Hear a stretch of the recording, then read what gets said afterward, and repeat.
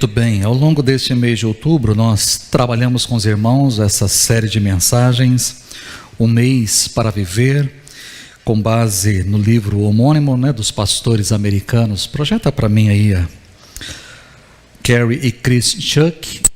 Aguardar um pouquinho lá o pessoal, para que a gente, muito bem, esse é o livro, do Carrie e da Chris, são pastores lá nos Estados Unidos, e a cada dia aqueles irmãos que se inscreveram puderam receber um capítulo para ler. Hoje, por exemplo, nós estamos concluindo, hoje é o capítulo 27, falta o 28, 29 e o 30.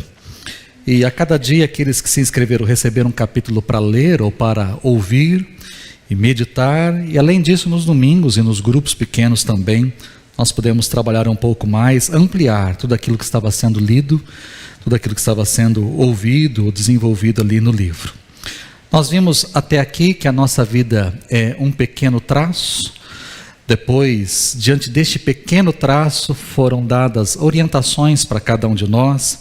A primeira dela, trabalhada aí pelo pastor Aurélio, que devemos viver de forma apaixonada.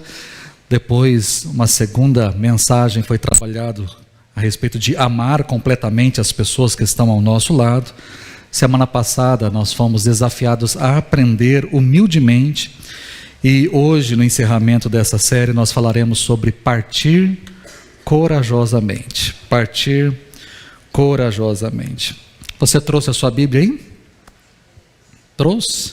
Abra aí a sua Bíblia, 2 Reis capítulo 20. Se não tem Bíblia impressa, abra o seu celular aí, 2 Reis capítulo 20, aí a Bíblia normalmente tem uma fitinha, você deixa marcado aí, porque eu vou ler até o verso 11, 2 Reis capítulo 20, mas depois eu vou trabalhar a continuidade do texto com você. Então, mantenha a sua Bíblia aberta depois, ou no celular também, abra aí rapidinho no seu aplicativo, vá até 2 Reis capítulo 20, e eu diria para você, prepare o lombo. Semana passada o pessoal falou assim: pastor, o senhor foi? Então prepare o lombo. Eu vou avisar já para você, ficar à vontade, falar: Senhor, bate, mas bate com gosto, Muito bem, 2 Reis capítulo 20, nos diz assim o texto: naquele tempo Ezequias ficou doente e quase morreu. O profeta Isaías, filho de Amós, foi visitá-lo e lhe disse: assim diz o Senhor, ponha em ordem a sua casa, pois você vai morrer. Olha para a pessoa que está do seu lado e diga isso para ela: ponha em ordem a sua casa. Vamos lá, pode falar. Ponha em ordem a sua casa. A outra frase, se você quiser completar, você pode, pois você vai morrer. Põe em ordem a sua casa. Não se recuperará. Ezequias virou o rosto para a parede e orou ao Senhor: lembra-te, Senhor, como tenho te servido com fidelidade e com devoção sincera. Tenho feito o que tu aprovas. E Ezequias chorou amargamente. Antes de Isaías deixar o pátio intermediário, a palavra do Senhor veio a ele: volte e diga a Ezequias, líder do meu povo, assim diz o Senhor, Deus de Davi, seu predecessor, ouvi sua oração e vi suas lágrimas, eu o curarei. Daqui a 3 dias você subirá ao templo do Senhor, acrescentarei 15 anos à sua vida e livrarei você e essa cidade das mãos do rei da Síria. Defenderei essa cidade por causa de mim mesmo e do meu servo Davi. Então disse Isaías: preparem um emplasto de figos. Eles o fizeram e aplicaram na úlcera e ele se recuperou. Ezequias havia perguntado a Isaías: qual será o sinal de que o Senhor me curará e de que de hoje a 3 dias subirei ao templo do Senhor? Isaías respondeu: o sinal de que o Senhor vai cumprir o que prometeu é este: você prefere que a sombra avance ou recue 10 degraus na escadaria? Disse Ezequias: como é fácil a sombra avançar 10 degraus, prefiro que ela recue 10 degraus. Então o profeta Isaías clamou ao Senhor, e este fez a sombra recuar os 10 degraus que havia descido na escadaria de Acás.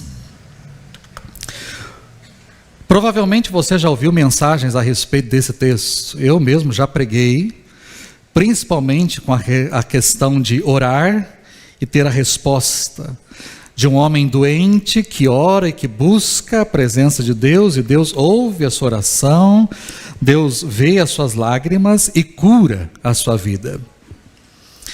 Mas hoje eu quero ir para uma outra direção. Eu vou enfatizar a expressão: ponha em ordem a sua casa. Ponha em ordem, já que vamos partir corajosamente, ponha em ordem a sua casa. O rei Ezequias estava doente.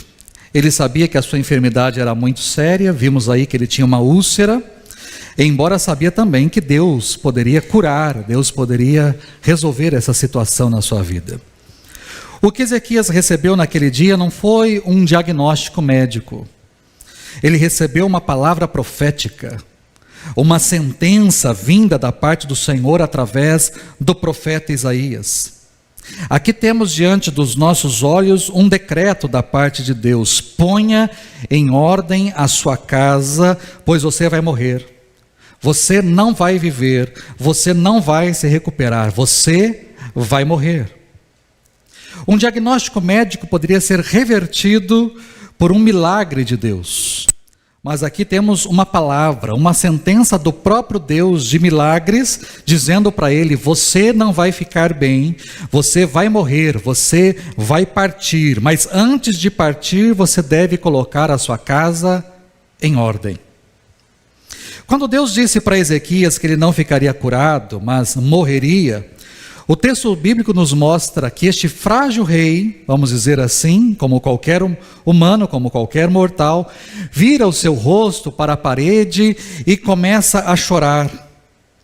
E por que ele começa a chorar? Por que ele começou a chorar? Porque ele não queria morrer. Se você recebesse essa uma palavra também de Deus dizendo: olha, põe em ordem a sua casa, porque você vai morrer, com toda certeza, diante do diagnóstico, não médico, mas o diagnóstico vindo de Deus, você também viraria o rosto para a parede e começaria a chorar, porque tanto eu quanto você queremos viver e viver muito tempo. É normal, é natural este homem aqui virar o rosto para a parede e começar a chorar. Ezequias tinha apenas 39 anos. Ele estava apenas com 39 anos. E aqueles que estão aí próximo dos 40 anos, ou que acabaram de chegar a essa idade, ou que passaram pouco, né? Vamos pensar assim, até os seus 50 anos, né? Quando nós estamos nessa faixa aqui, 35, 40, 45, quando nós estamos nessa faixa, a sensação que temos é que a vida está começando agora. Porque até agora nós estudamos, até agora nós nos preparamos, até agora nós começamos a nossa profissão, começamos a nossa carreira, mas agora é que nós estamos, de certa forma, no auge, nós estamos produzindo, nós estamos avançando, nós estamos galgando coisas maiores, nós estamos conquistando. Então, a sensação que temos é que nós não queremos, principalmente nesse momento, nós não queremos partir, porque é agora que nós estamos avançando. E é normal, então, este homem virar o rosto para a parede e começar a chorar, porque ele não aceita simplesmente aquela sentença de morte sobre a sua vida. O texto nos mostra também que Ezequias é um homem de Deus. E eu quero mostrar para você isso. Primeiro, provar para você que Ezequias é um homem de Deus, um homem de fé, um homem que servia a Deus, e isso desde o início do seu reinado. Ou seja, quando Deus então disse para ele: põe a sua casa em ordem, põe a sua casa em ordem, Deus não está querendo dizer para ele pôr a sua vida espiritual em ordem, ou para ele colocar a sua fé em ordem, ou o seu relacionamento com Deus em ordem. Não é isso daqui que o texto bíblico está trabalhando.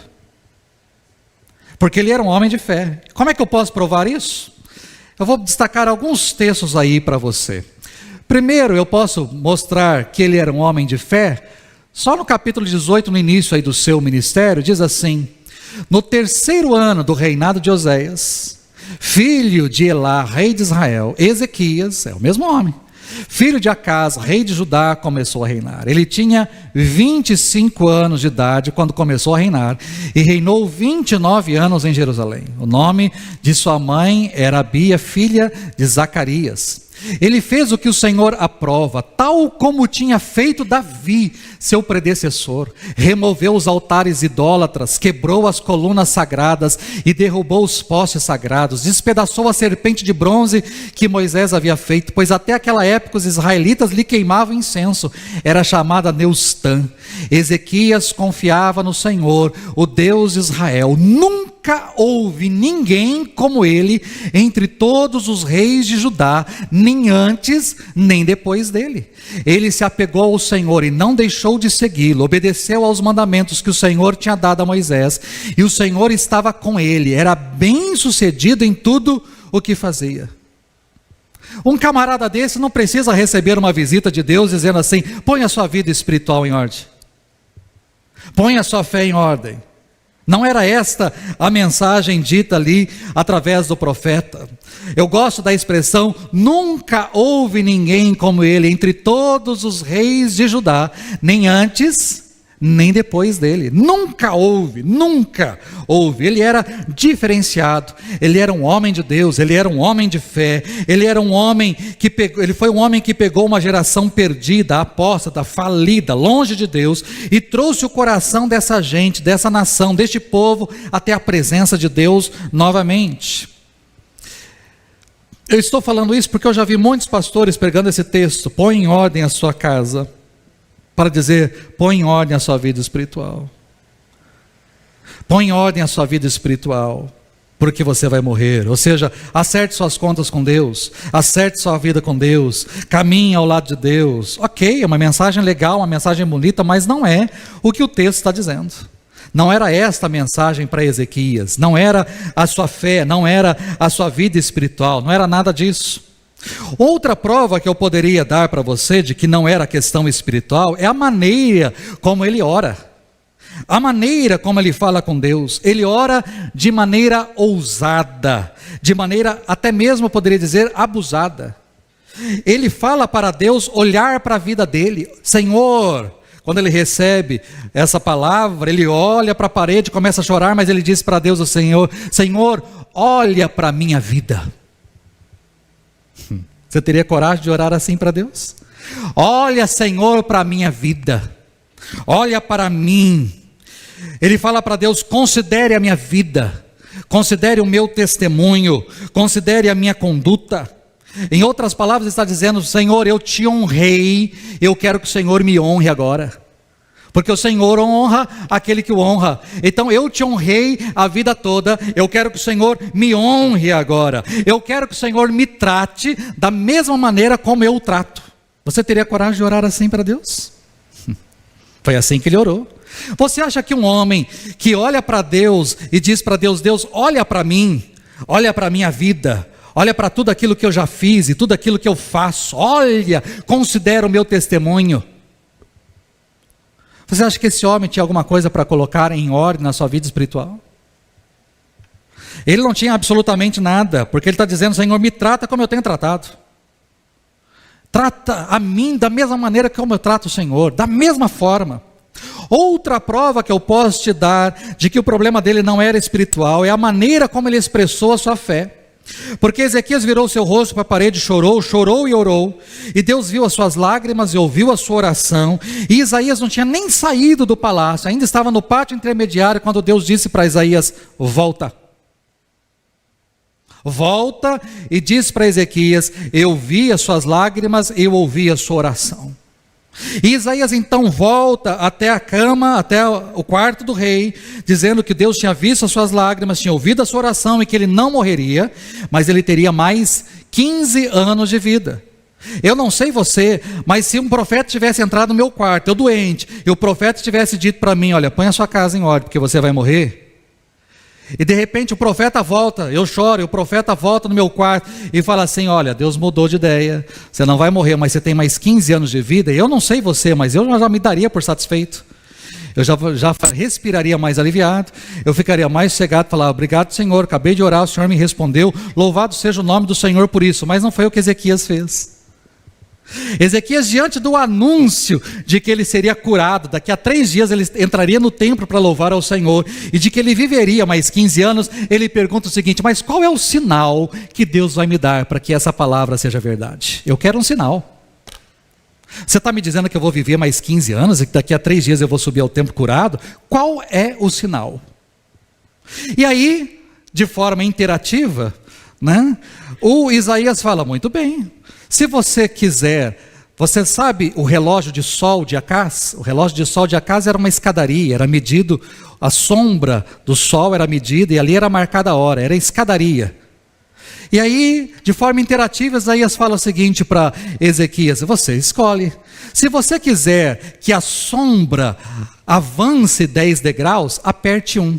Se você quiser que a sombra recua 10 degraus, aperte 2. E o que Ezequias fala? Imagina hoje aí no seu relógio, e você dissesse assim: qual é o sinal que Deus vai me dar? Vamos olhar para o nosso relógio. E aí o profeta dissesse assim: você escolhe. Se você quiser que o ponteiro de minutos avance 10 minutos, você escolhe. Agora, se você quiser que o ponteiro de minutos volte 10 minutos, você escolhe. O que é que você quer? Que ele avance 10 minutos ou que ele volte 10 minutos? O que Ezequias fala? Bom, avançar ele vai avançar. Avançar ele avança todo dia.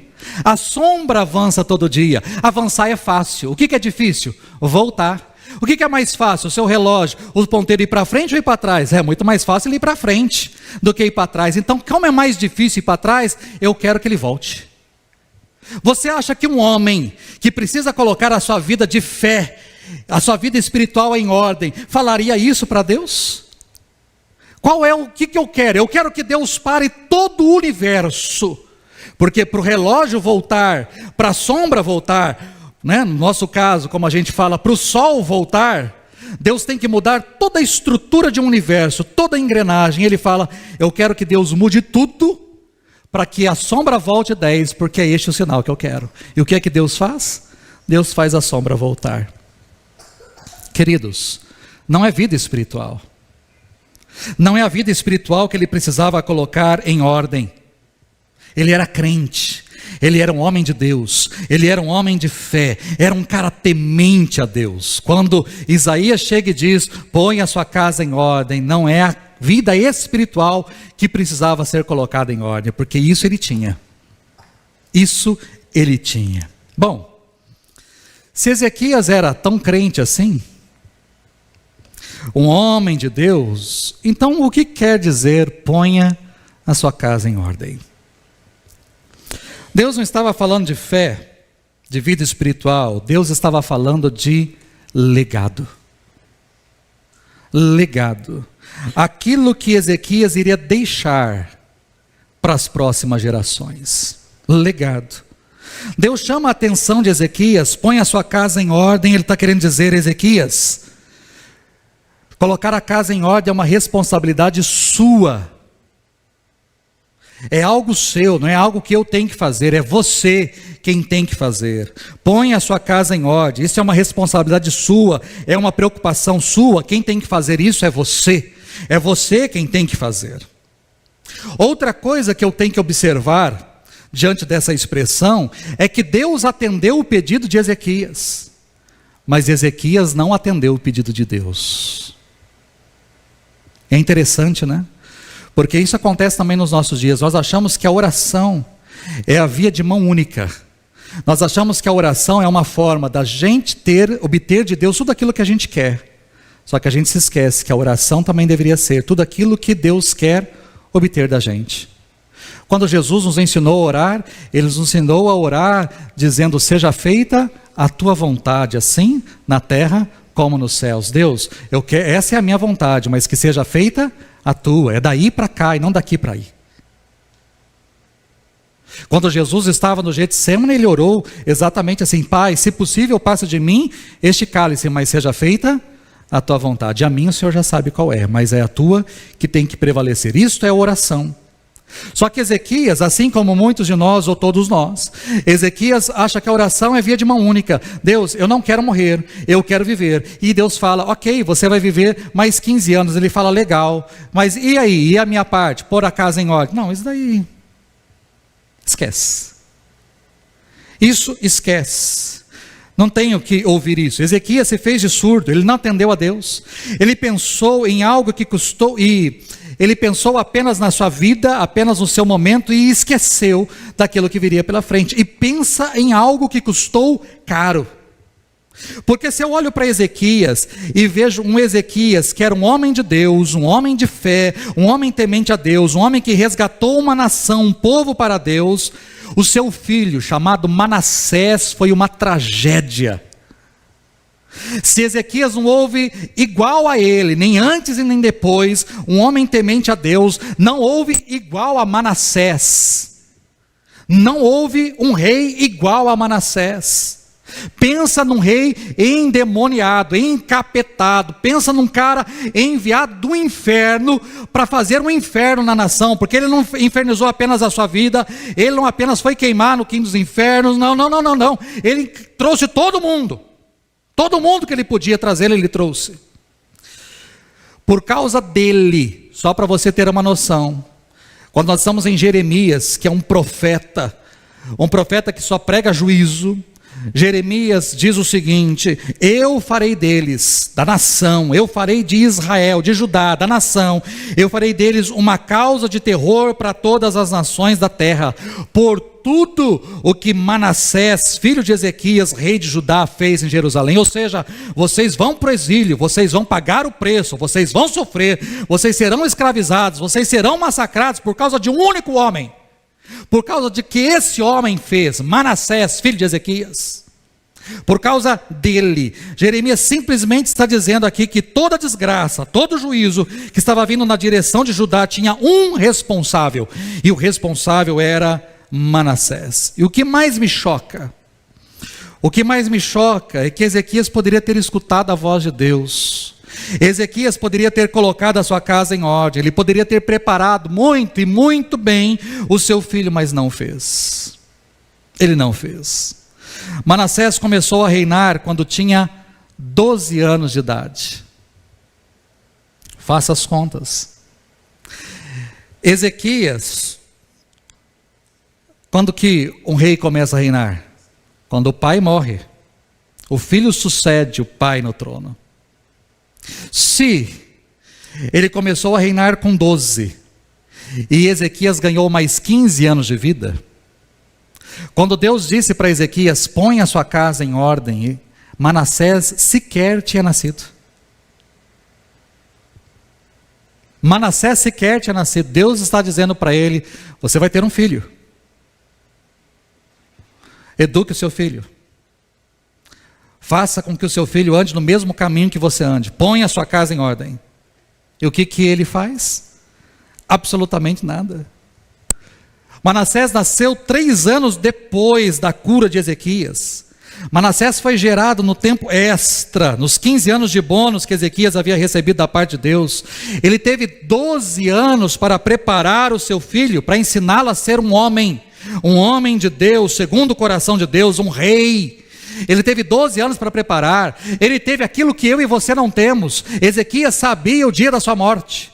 Deus tinha dito daqui a 15 anos. Ele sabia que daqui a 15 anos ele iria partir. Ele sabia, talvez não um dia, mas ele sabia pelo menos o ano. Ele tinha tempo para preparar o seu filho. Ele tinha tempo para deixar o seu filho do jeitinho que tinha que deixar, mas ele não o fez. A irresponsabilidade de Ezequias foi enorme e as consequências foram avassaladoras. E por que foram avassaladoras? Porque por mais que ele era um homem de Deus, ele era um homem egoísta. Isso me mostra que não adianta ser um homem de Deus, não adianta ser um homem de fé, deixar um legado como Ezequias deixou, movido por egoísmo, acaba com toda a sua reputação, mancha a sua reputação, mancha a sua vida. Mas isso não é o pior. Logo depois da cura, Ezequias recebeu uma visita. Aí você volta para o texto bíblico que eu pedi para você deixar. Lá no capítulo 20 de 2 Reis. Veja o verso 12. Aí nós vamos ler a continuidade do texto. Ele recebeu uma visita e o resultado dessa visita é assustador. No verso 12 diz assim: naquela época, o rei da Babilônia, Merodach-Baladã, filho de Baladã, enviou cartas e um presente para Ezequias, pois soubera da sua doença. Ezequias recebeu em audiência os mensageiros e mostrou-lhes tudo o que havia em seus armazéns: a prata, o ouro, as especiarias e o azeite finíssimo, seu arsenal e tudo o que havia em seus tesouros. Não houve nada em seu palácio ou em seu reino que Ezequias não lhe mostrasse. Parem um pouquinho. Já me disseram isso, que mostrar casa para visita é coisa de pobre. Já disseram isso para você também? Vamos, deixa eu mostrar minha casa. Nossa, isso é coisa de pobre. Já disseram que uma das coisas de pobre é mostrar a casa. Pobre tem mania, talvez, de mostrar a casa mesmo, né? Mas não sei. Mas eu tenho 26 anos de pastorado. E eu digo para você que quem mais mostra é quem mais tem para mostrar. E não é só pobre, não. Já fui em casa de gente que... Eu já entrei em casa que eu entrei e perguntei assim: onde estão as câmeras? Porque parecia cenário de novela. Eu já entrei em casa que eu ficava olhando assim: não, isso daqui é cenário, isso daqui não é real. Eu nunca entrei. Casas, né? E nessas casas o camarada: vem cá, deixa eu mostrar o senhor pastor minha casa. E entra e vai mostrando, não tem.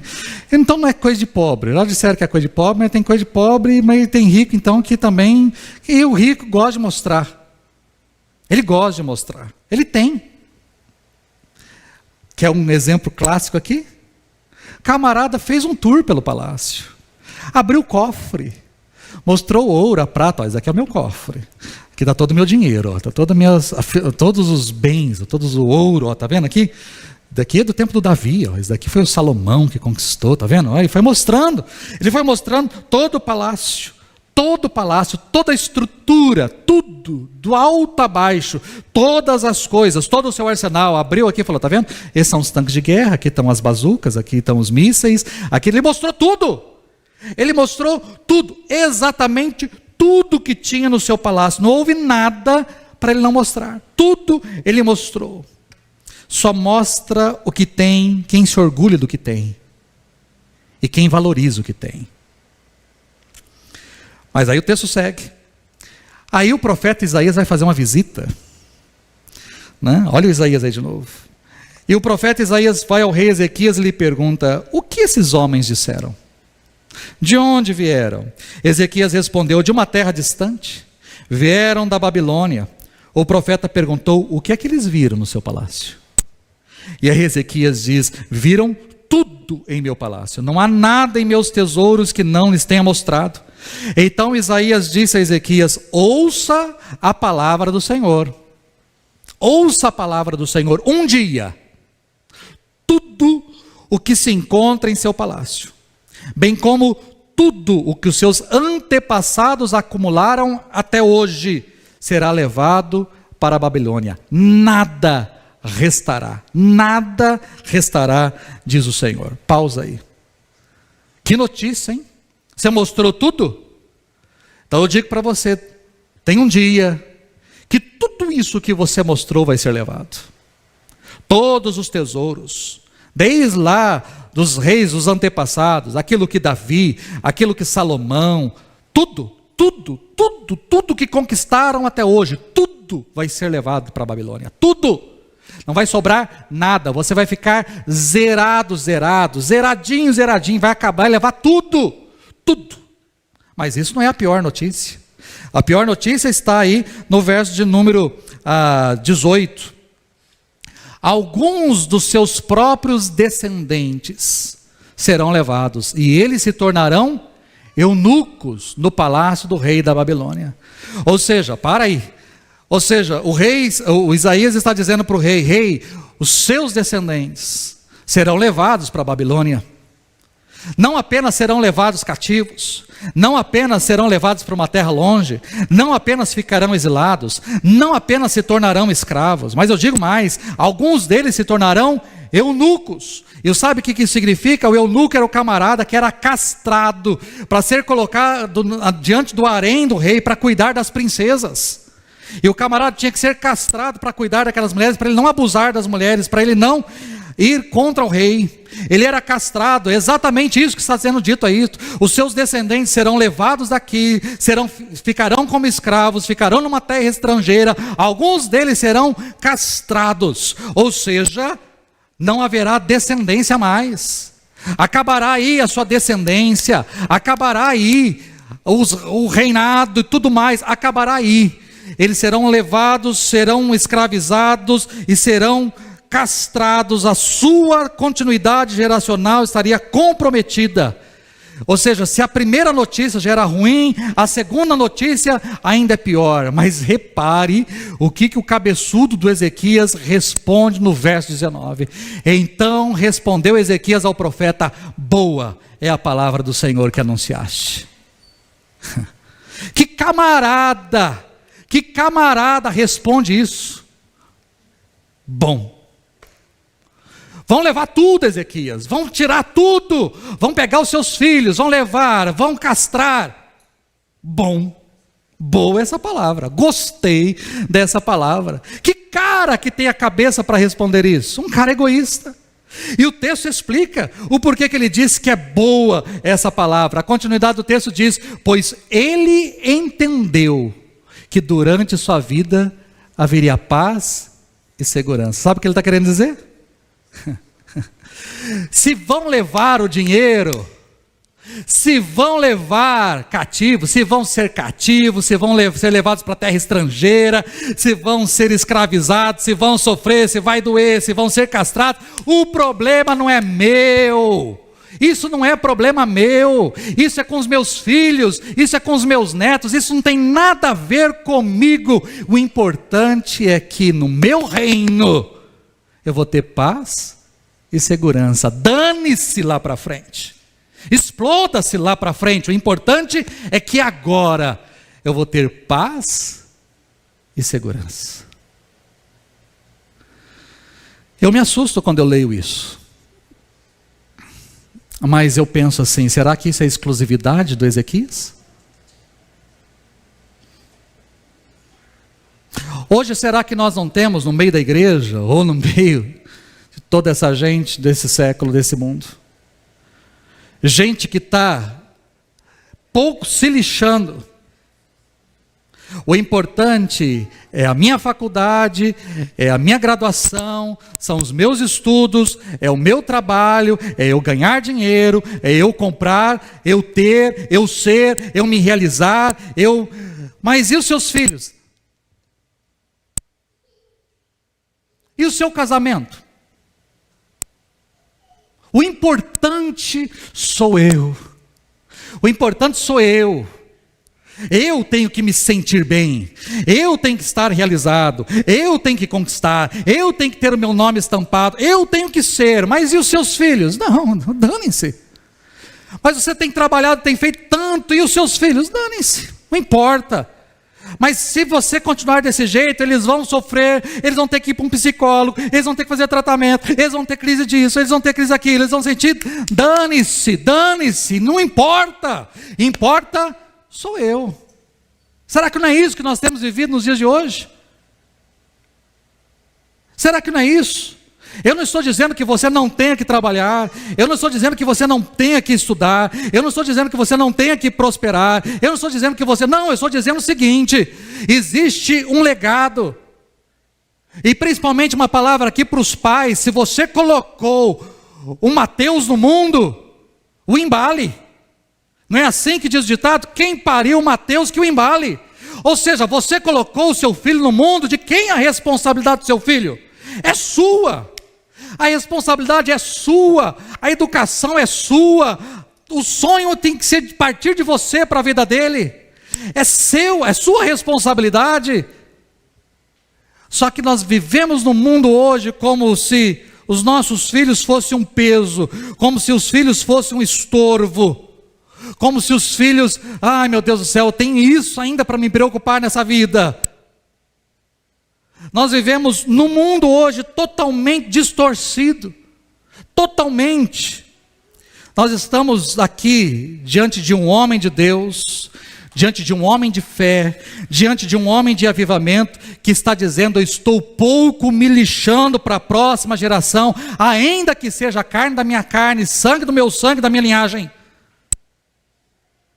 Apesar da minha indignação com Ezequias, eu também fico indignado, porque nos dias de hoje, existem pessoas que, para se realizarem, para alcançar os seus objetivos, para se satisfazerem, elas são capazes de fazer a mesma coisa que Ezequias: atropelarem a sua família, atropelarem a sua casa, atropelarem a extensão familiar. Ezequias era um homem de Deus, um homem de fé, mas ao mesmo tempo egoísta, egocêntrico. Porque por mais que você possa falar: nossa, que homem de fé, como eu destaquei agora, dizendo: eu quero que volte 10 degraus à sombra, ao mesmo tempo eu posso observar como ele foi egoísta ao dizer isso, porque ele está querendo: eu quero que o mundo pare, eu quero que o universo pare e volte, porque eu sou o centro deste mundo, eu sou o centro do universo. Se Deus tem que parar tudo, Ele para tudo por minha causa, porque é isso que eu quero.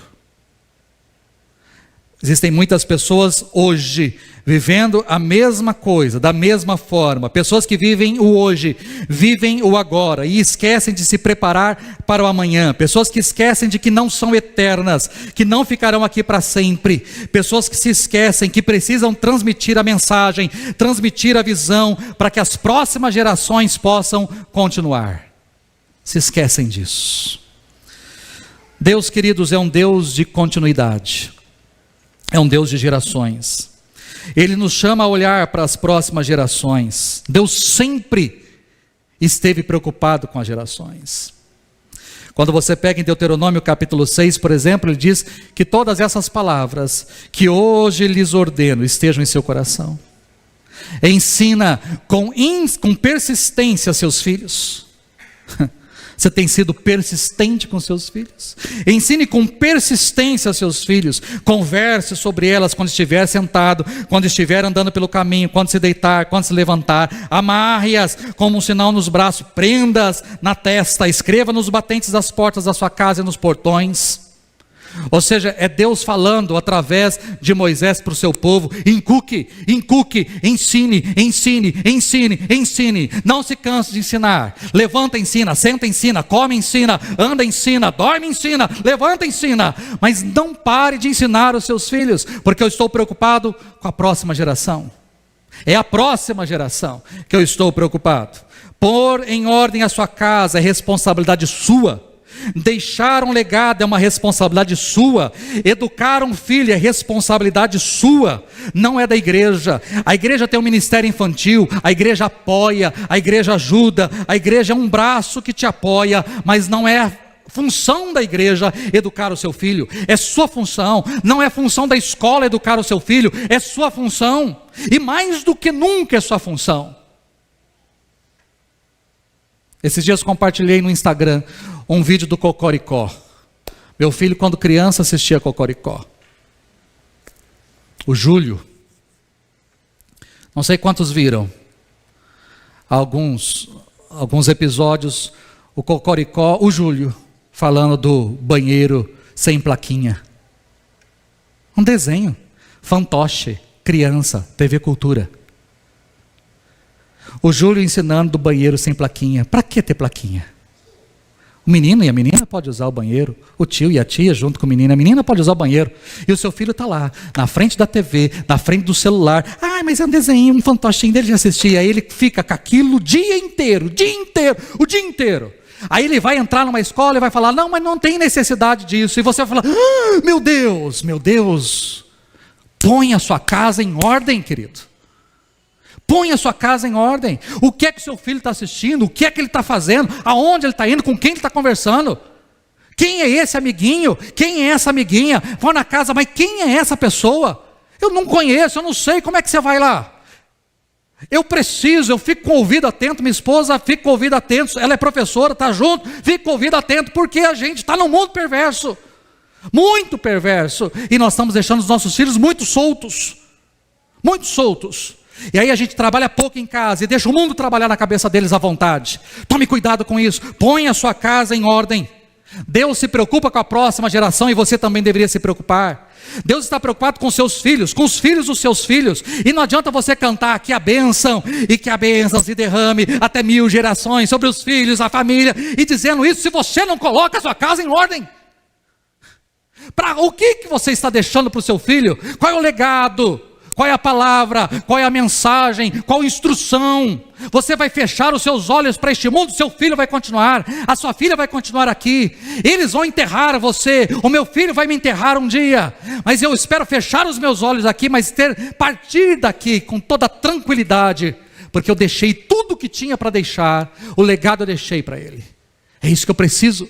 É isso o que a palavra tem trazido ao meu coração, e eu quero trazer ao seu. Nós precisamos criar os nossos filhos. Paulo diz isso: pais, criem os filhos segundo a instrução e o conselho do Senhor. Educa a criança no caminho que ela deve andar, para que quando ela for velha, ainda assim não se desvie dele. É função sua.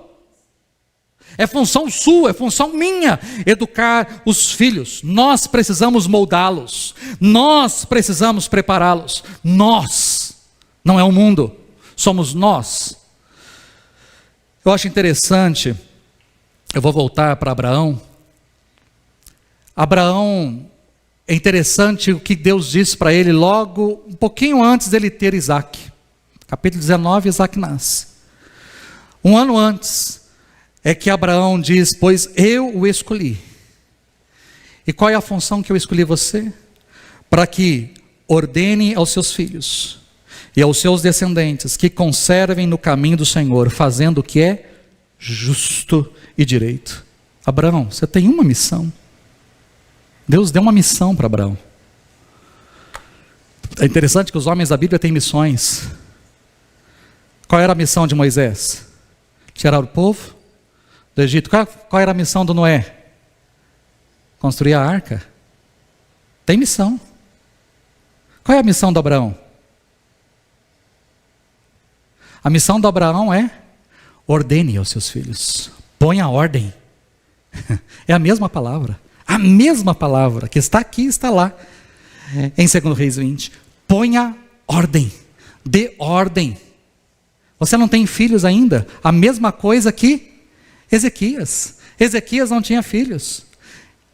Abraão também não. Ponha em ordem, ordene aos seus filhos. É a mesma palavra. É que nós sempre pegamos a palavra pôr em ordem como organizar. Não, pôr em ordem significa dê ordem. Seja firme. Seja firme com a sua casa. Dê ordem na sua casa. Ponha em ordem a situação. Dê ordens, é a mesma palavra. Ordene aos seus filhos, não é aconselhe. É ordene, mande, dite o que você quer. É você que é pai e mãe, fale. Ah, mas não fale, dê ordens aos seus descendentes, que se conservem no caminho do Senhor. Ordene, isso não é uma opção, é uma ordem. Conservem-se no caminho do Senhor. E Abraão mais do que nunca precisava ouvir isso. Por quê? Porque Abraão foi ter Isaac com 100 anos. Isaac casou-se com 40. Ou seja, quando Abraão tinha 140, ele só tinha Isaac como filho da promessa. A Rebeca que casou com Isaac era estéril. Isaac orou 20 anos pela Rebeca, para que ela engravidasse. Isaac foi pai aos 60. Abraão foi avô aos 160. Deus diz para Abraão, nesse mesmo capítulo 18, eu mudo o seu nome, você não vai chamar mais Abrão, vai chamar Abraão, porque você é pai de multidões. E o homem com 160 tem um filho e 2 netos. Pai de multidões, com um filho e 2 netos. É por isso que Hebreus diz que Abraão e os patriarcas morreram e saudaram as promessas de longe. Saudaram as promessas de longe. Deus cumpriu a sua promessa. Abraão não viu, mas mais do que nunca ele precisava educar e ordenar a Isaac, para que Isaac ordenasse aos seus filhos, para que os seus filhos ordenassem aos netos e assim por diante.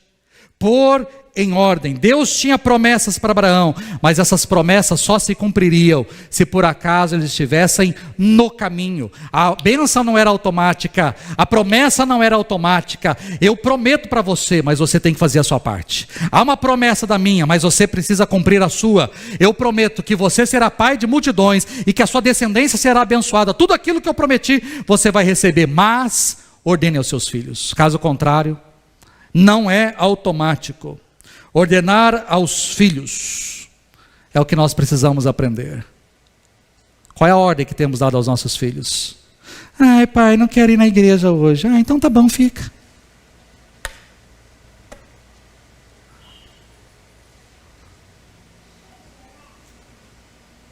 Tem opção, queridos. Enquanto estiver debaixo do meu teto, enquanto eu pago, você não tem opção, querido. Você vai. Em casa é assim. A não ser que esteja doente, morrendo. Aí fica. Está morrendo, veio um diagnóstico médico para a beira da morte. Aí fica. Caso contrário, não. Vai. E vai. E como vai? Não tem opção. Enquanto estiver debaixo do meu teto, não tem opção. Tem escolha. Depois que sair, depois que passou dos 18, que sair e que tomar conta da própria vida e que trabalhar e ter o seu próprio Deus, cuidar, aí o problema é seu. Mas até lá, não tem opção. Ordene. Não vai, não vai. Ah, eu quero ir. Não vai. Não vai. Quem manda aqui? Não vai. É assim que as coisas têm que funcionar, queridos. Ah, eu quero ir na festa. Quem vai? Ah, não sei quem. Ah, não, vai ter bebida. Ah, não sei. Ah, então vai. Vai para o quinto dos infernos. É isso que você está mandando seu filho, querido. Presta atenção, pai. Presta atenção. É uma palavra para você, pai e mãe, principalmente. Presta atenção. Não adianta você ser um homem de Deus, uma mulher de Deus, temente, crente, levantar a mão, estar em todos os cultos, dizimar, ofertar, fazer tudo. E o seu filho está indo para o inferno. O que adianta? Nós temos vivido uma geração onde nós pais estamos nos preocupando demais com os nossos filhos, entregando muita coisa já mastigada para eles, que eles não sabem depois o que fazer, porque nós já mastigamos tudo. Nós estamos vivendo uma época onde nós pais estamos deixando os nossos filhos decidirem muito. Onde que nós vamos comer? Você que escolhe, filho. O que é que nós vamos comer? Ah, vamos comer pizza. Ah, que pizza que você quer? Tudo é o filho que escolhe. E nós estamos aí assistindo, os nossos filhos mandando em nós. É o contrário, queridos, é o contrário. Não é o filho que tem que mandar em você, é você quem ordena, é você que põe ordem, não é ele. Nós estamos vivendo num mundo onde nós estamos preocupados demais com o futuro dos nossos filhos. Mas qual o futuro dos nossos filhos que nós estamos preocupados? Com o futuro profissional. Eu quero que ele estude na melhor escola, eu quero que ele tenha os melhores professores, eu quero que ele passe na melhor universidade, eu quero que ele tenha a melhor profissão, eu quero que ele ganhe muito dinheiro, eu quero que ele cresça, que ele seja próspero, que ele seja bem sucedido e vá para o quinto dos infernos. É isso que você está dizendo. Porque eu estou preocupado apenas com o futuro dele aqui. Eu não estou preocupado com a eternidade. Que se dane. Esse é o Ezequias. Que se dane. Eu não estou preocupado lá na frente. Eu estou preocupado com aqui agora. Aqui agora, meu filho tem que ser bom. Meu filho tem que estudar. Meu filho tem que ser maior. Meu filho tem que ser o melhor. Meu filho tem que ganhar. Meu filho tem que prosperar. Meu filho tem que enriquecer. O meu filho. E o futuro dele é a eternidade. Queridos, preste atenção. Por favor, de todo o coração eu falo isso. Preste atenção. Aos pais e aqueles que serão pais, preste atenção. Deus deu um filho para você. O que é que você vai deixar para ele? Eu quero deixar casa, eu quero deixar carro, eu quero deixar... O que é que você quer deixar para ele? Eu quero deixar o que eu tenho de maior. Eu quero deixar Jesus. É o que eu tenho de maior. Não é uma casa, não é um carro, não são conquistas, não é faculdade. Não é isso não, isso é supérfluo. Perto daquilo que é o principal. Jesus é o principal. Essa é a mensagem principal, este é o legado. Quando eu olho para a história de Manassés tinha 12 anos de idade quando começou a reinar. E reinou 55 anos em Jerusalém. O nome de sua mãe era Efsibá. Ele fez o que o Senhor reprova, imitando as práticas detestáveis das nações que o Senhor havia expulsado de diante dos israelitas. Olha o que esse menino fez: reconstruiu os altares idólatras que seu pai Ezequias havia demolido, e também ergueu altares para Baal, e fez um poste sagrado para Aserá, como fizera Acabe, rei de Israel, Acabe casado com a Jezabel. Inclinou-se diante de todos os exércitos celestes e lhe prestou culto. Construiu altares no templo do Senhor, do qual este havia dito: em Jerusalém porém meu nome. Nos 2 pátios do templo do Senhor ele construiu altares para todos os exércitos celestes. Chegou a queimar o próprio filho em sacrifício. Praticou feitiçaria e adivinhação, e recorreu a médiuns e a quem consultava os espíritos. Fez o que o Senhor reprova, provocando a ira. Ele tomou o poste sagrado que havia feito e pôs no templo do qual o Senhor tinha dito a Davi e a seu filho Salomão: neste templo em Jerusalém, que eu escolhi dentre todas as tribos de Israel, porém o meu nome para sempre. Não farei os pés dos israelitas andarem errantes novamente longe da terra que dei aos seus antepassados, se tão somente tiverem o cuidado de fazer tudo o que lhes ordenei e de obedecer a toda a lei que meu servo Moisés lhe deu. Mas o povo não quis ouvir. Manassés os desviou ao ponto de fazerem pior do que as nações que o Senhor havia destruído diante dos israelitas. Esse é o Manassés. Me desculpe a sinceridade, mas se Deus tivesse matado Ezequias, teria sido melhor do que uma peste dessa subir ao trono. Mas Deus curou Ezequias e lhe deu uma responsabilidade. Eu ouvi a sua oração, Ezequias, ouve a minha. Eu te dei mais 15 anos, eu só te peço uma coisa: põe ordem na sua casa. O que é que você pede para Deus e Deus te dá? O que Ele está dizendo para você nessa manhã? Põe a ordem. Põe a ordem na sua casa. Eu termino essa mensagem voltando meus olhos mais uma vez para Abraão. Um ano antes do nascimento de Isaac, naquele mesmo capítulo 18 que lemos, Deus apareceu a Abraão, ele repetiu a promessa, e ele teve o seu nome mudado. Ele seria pai de multidões. Naquele dia Deus estabeleceu um sinal, uma marca, uma aliança. Abraão, seus filhos, seus descendentes, seus escravos, todos o sexo masculino deveriam ser circuncidados. A circuncisão não era o tipo de cirurgia que nós iríamos gostar de fazer ou de receber. Estou falando lá do passado. Hoje seria uma outra coisa, como os judeus ainda fazem. Mas a cirurgia era feita com pedra, sem anestesia, sem antibiótico, sem asepsia, sem analgésico. O bebê de 8 dias, o pai pegava o bebê, foi isso que aconteceu com Jesus quando foi lá ao templo. Pastor, eu quero apresentar o meu filho. Tá.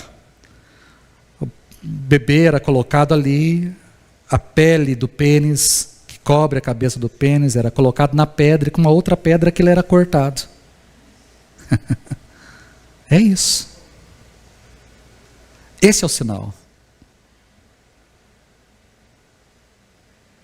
Hoje tem pai que tem dó de batizar a criança. Ela que tem que escolher.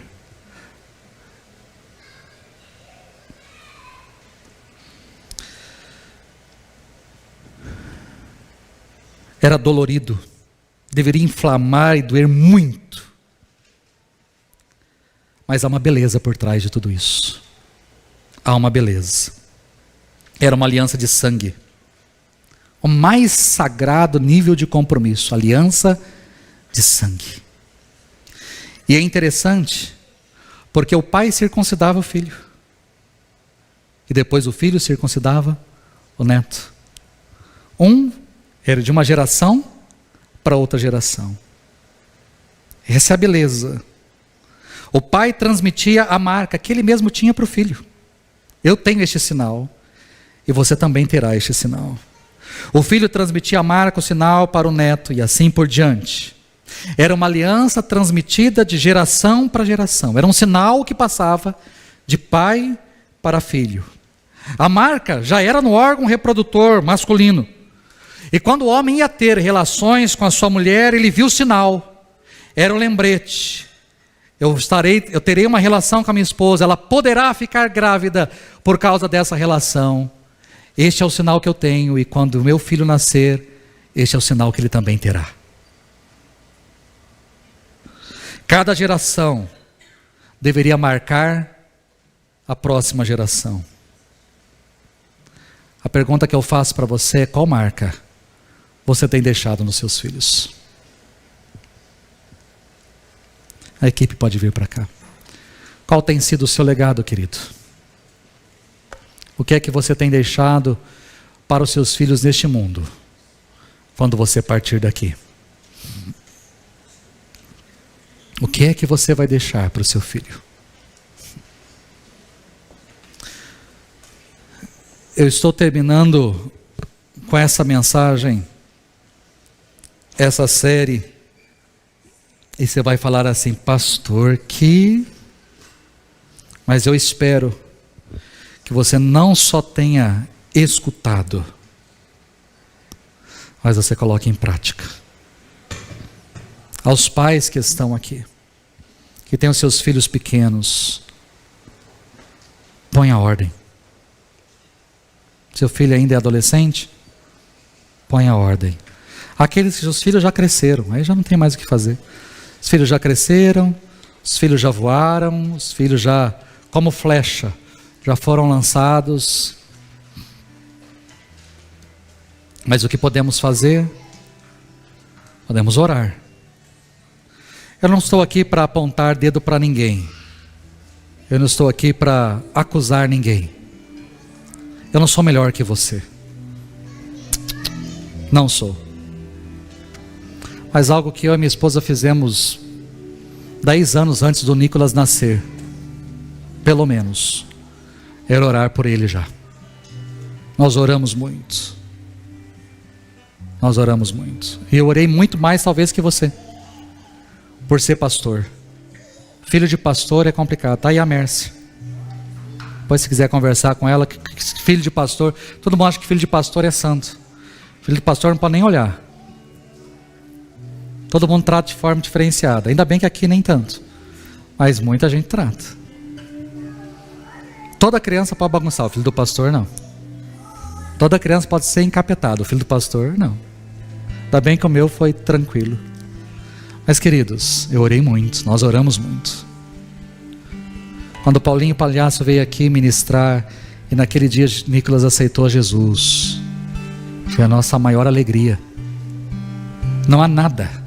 Quando ele fez a profissão de fé, e quando a gente vê as manifestações de Deus na vida dele, é a nossa maior alegria. Ele pode ser um excelente profissional, ou ele pode ser um camarada comum desse mundo. Nada vai me alegrar mais do que partir deste mundo com a certeza de que aquilo que era maior eu pude deixar para ele, que foi Jesus. Quero convidar você a ficar em pé, assim a gente finge que está acabando. E eu quero orar com você e por você. Essa palavra foi bênção para a sua vida? Compartilhe depois. Compartilhe, porque mais gente precisa ouvir isso. Talvez você hoje veio aqui para Deus dizer assim: é hora de botar a casa em ordem, rapaz. Vamos dar um jeito nisso? Mas talvez você venha aqui. Cadê o microfone sem fio? Pega ali para mim. Sentem um pouquinho. Estamos ao vivo, mas não tem problema. Quem sabe faz ao vivo, como diz o Faustão. Desculpe, irmãos, queridos, igreja amada. É uma ousadia, né? Que eu fiz, uma irreverência até. Mas eu quero dizer para vocês. Hoje eu tenho 75 anos e 2 filhos abençoados. Que presente, que tesouro eu teria recebido se eu tivesse ouvido tudo isso quando eles eram pequenos. Graças a Deus, Deus cuidou deles. Mas vocês estão recebendo o que há de melhor para vocês e para os seus filhos. Que Deus abençoe vocês. Amém, amém, amém. Desculpa. Imagina. É isso, queridos. Uma vez dando curso de Homem ao Máximo, o presbítero Josué falou isso para mim, né? Depois que a gente ministrou, ele falou: puxa, se eu tivesse ouvido isso antes. Deus está trabalhando com você. Não sei se você leu o livro ou não, não sei se essa semana falou-se muito de semente, de legado, daquilo que vai se deixar. Deixe Deus trabalhar o seu coração. Ainda há tempo de conquistar o coração do seu filho, por mais que seja adolescente. Deus tem coisa para fazer ainda. Deixe Deus trabalhar você. Ele está chamando, puxando a sua orelha como um pai amoroso puxa, para dizer para você: dá tempo. Nós estamos vendo os pequenininhos aí, dá tempo. Não é o presidente que você vai eleger hoje que vai fazer a diferença na vida do seu filho, não. Não é ele, não. Não é o Ministério da Educação, é você. Ele vai, eu quero que você tenha o orgulho dele chegar lá em casa e falar: mamãe, eu estava na escola e eu vi isso. Mas isso é contra a palavra do Papai do Céu. Eu prefiro que ele fale isso. Porque você orientou, querido. Porque você falou. É você. É por você. Vamos ficar em pé, nós vamos cantar essa canção que é linda. E eu quero que você, se puder, juntar aí com a sua família, se você está com ela. Se você não estiver, não tem problema. Você vai orar, por mais que seja sozinho, você vai orar pela sua família à distância. Porque hoje nós temos coisas assim. Os nossos filhos estão, às vezes não estão conosco, e assim vai. Mas é tempo de nós orarmos, de buscarmos a presença de Deus. Cante, e depois nós vamos ter esse tempo de orar e consagrar a nossa casa na presença do Senhor.